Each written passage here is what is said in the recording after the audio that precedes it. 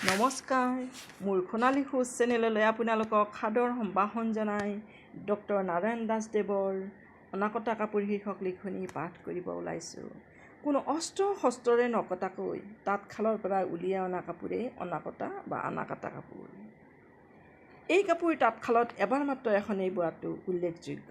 সাধাৰণতে কাতি পুহ আৰু চ'ত মাহত মংগল, শনি আৰু ৰবিবাৰে অমাৱস্যা তিথিত এই কাপোৰৰ বাতি নাকাঢ়ে, কাপোৰো নবয়। উকা আৰু ফুলাম উভয়বিধ কাপোৰৰে প্ৰচলন আছে যদিও ফুলাম অনাকটাৰ প্ৰয়োগ প্ৰচুৰ।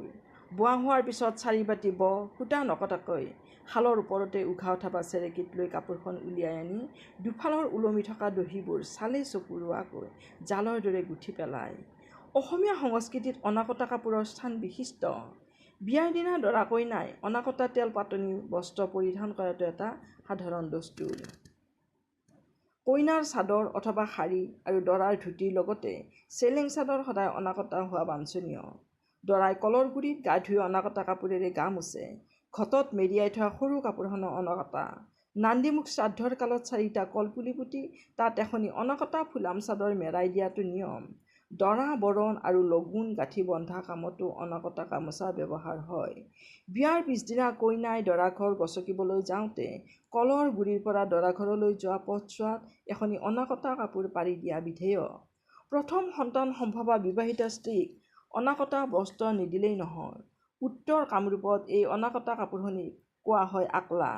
এই আকলাখনি কোনো কোনো অঞ্চলত উকাকৈ আৰু আন কোনো অঞ্চলত ৰঙীন পাৰি দি ফুলামকৈ বোৱা দেখা যায়। নৱজাতকৰ গাত দিয়া প্ৰথমখন বিহুৱান সৰ্বদা অনাকটা হোৱা বাঞ্ছনীয়। শিশুৰ অন্নপ্ৰসন্ন, কাণ বিন্ধোৱা প্ৰভৃতি অনুষ্ঠানতো অনাকটা কাপোৰ আগবঢ়ায়। মৃতকৰ শ্ৰাদ্ধকালত শ্ৰাদ্ধকৰ্তাই অনাকটা ধুতি, গামোচা আৰু চেলেং পৰিধান কৰে।